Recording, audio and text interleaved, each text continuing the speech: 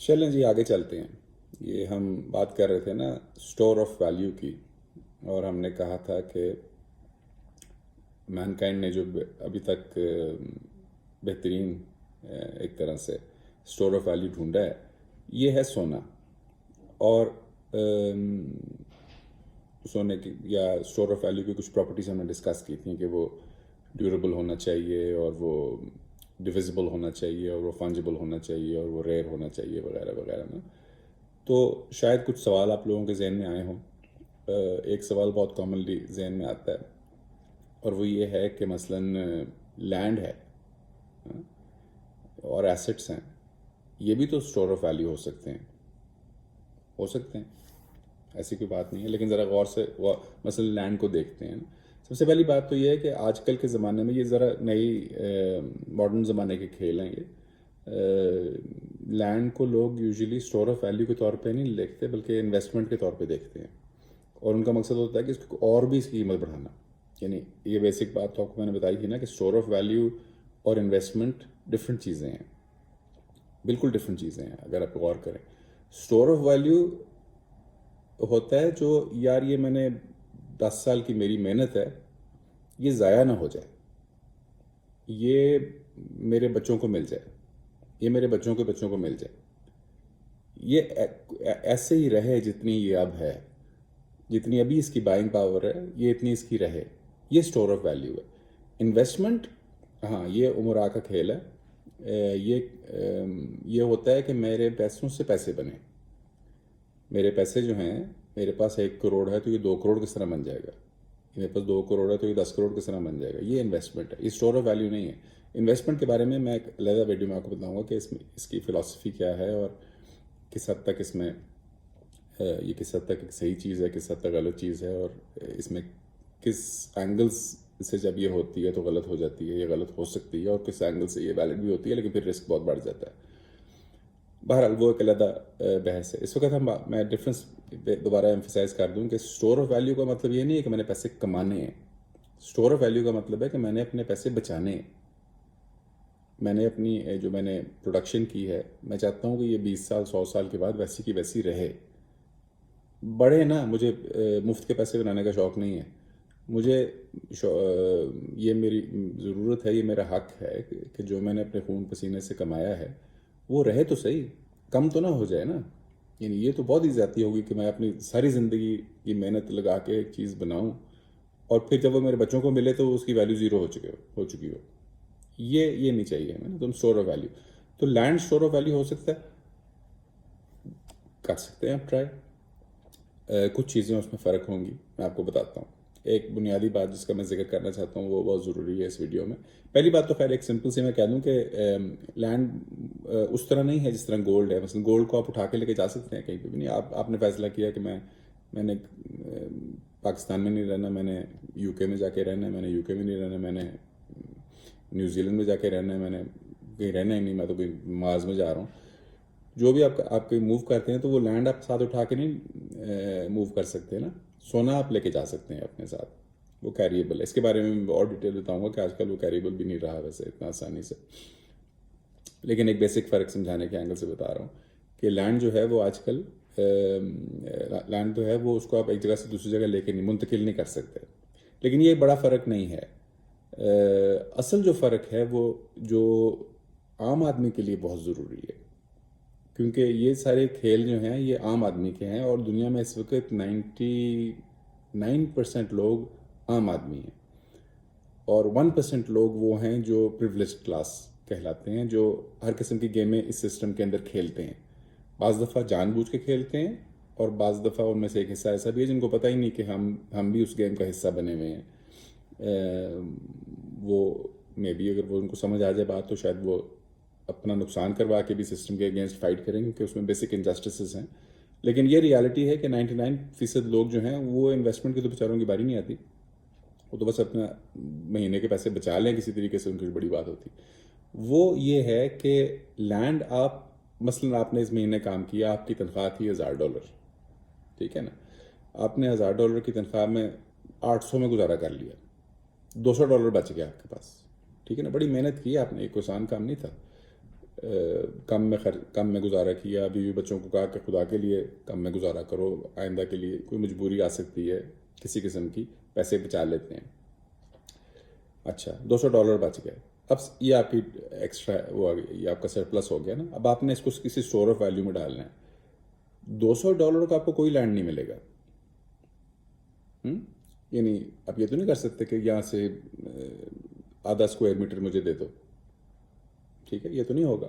आपको बड़ा लैंड खरीदना पड़ता है ना, एक मिनिमम यूनिट आता है उसका, और वो मिनिमम यूनिट इतना बड़ा होता है अच्छे लैंड का कि आपकी जो 4 आने की कमाई है ना, जो इधर $10 यहाँ बच गए, $20 वहाँ बच गए, $100 वहाँ बच गए, ये आम आदमी का यही होता है। आम आदमी की जो सेविंग होती है वो इस तरह तो नहीं होती कि इस महीने अल्हम्दुलिल्लाह फिर $1,00,000 बच गए, अगले महीने फिर $1,00,000 बच गए, तो क्या करूँ, चलो ये खरीद लो, मैनहट्टन में एक प्लॉट खरीद लो। आम बंदा तो ऐसे नहीं होता। आम बंदा जो है वो इतनी बड़ी चीज़ें खरीद ही नहीं सकता।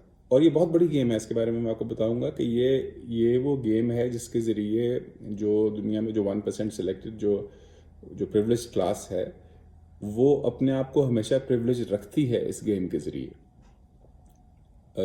और वो फ़र्क जो है वो गरीब और अमीर का बढ़ता रहता है, क्योंकि गरीब के एक्सेस में अच्छे एसेट्स हैं ही नहीं।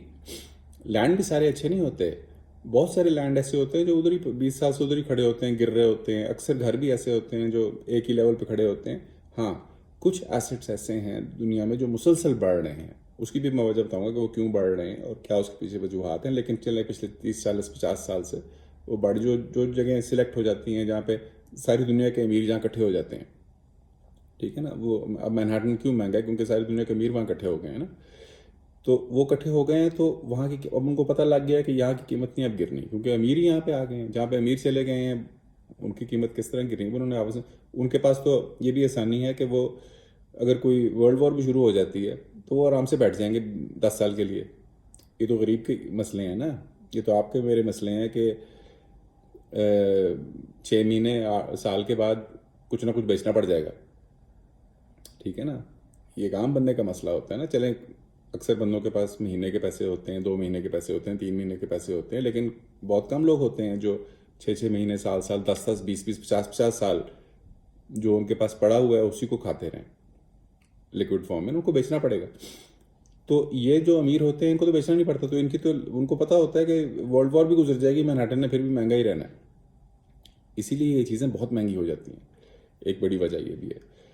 अच्छा, ये आप अपने $50 महीने के बचा लें। आप ये नहीं कह सकते कि मुझे मैनहट्टन के फलां ब्लॉक में मुझे क्या कहते हैं 4 आने का प्लॉट खरीद दो। मैं छोटा सा हिस्सा उसका, ये नहीं 1000 स्क्वायर मीटर मैं नहीं मांग रहा, मैं 0.001 स्क्वायर मीटर मांग रहा हूँ, वो मुझे ले दो।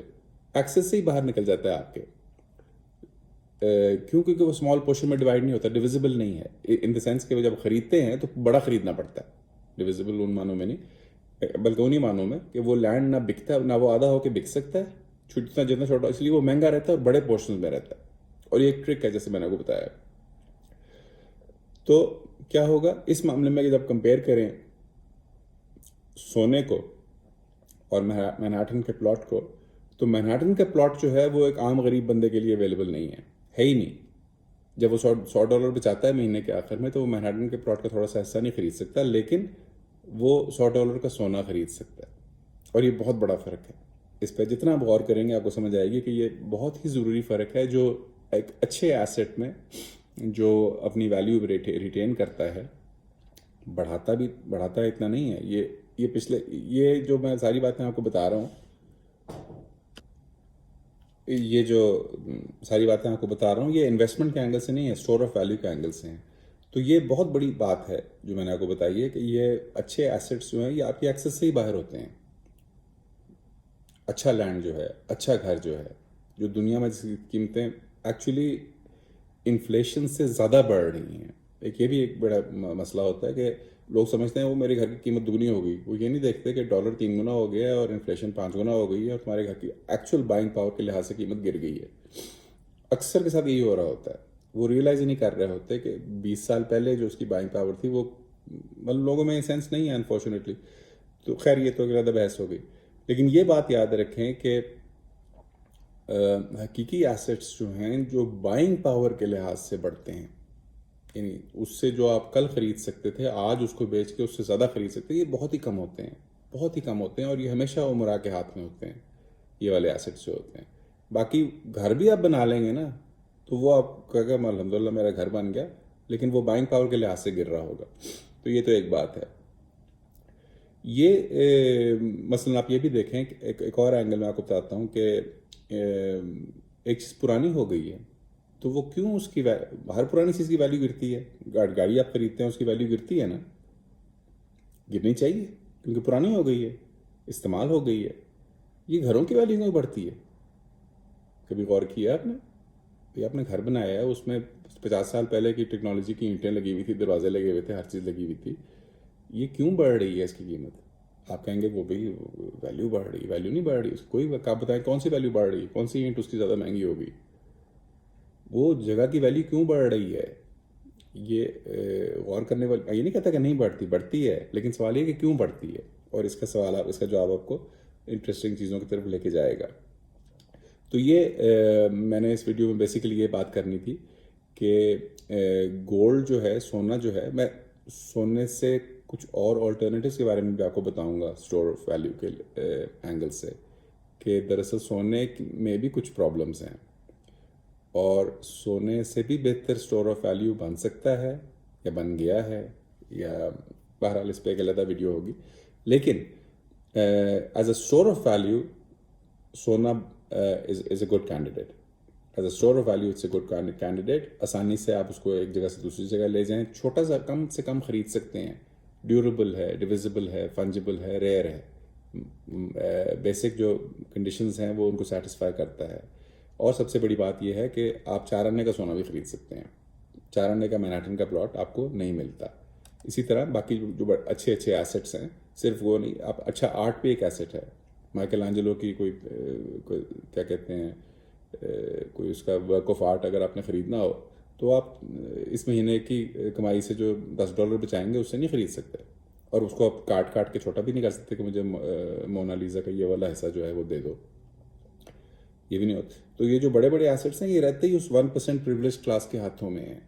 इनको पता होता है कि हमारे अंदर इसे चक्कर खाने हैं इन एसेट्स ने, ये किसी गरीब पास जा ही नहीं सकते, इसीलिए उनकी कीमतें भी बढ़ती जाती हैं कि ये खुद अमीर से अमीर तर होते चले जाते हैं और फिर आपस में यानी बैठे बैठाए 1 से 2, 2 से 4, 4 से 8, और वो एसेट्स जो हैं वो हकीकी मानों में इन्फ्लेशन के अगेंस्ट भी एसेट्स रहते हैं और वो हेज करते हैं और इन्फ्लेशन से आगे निकलते हैं।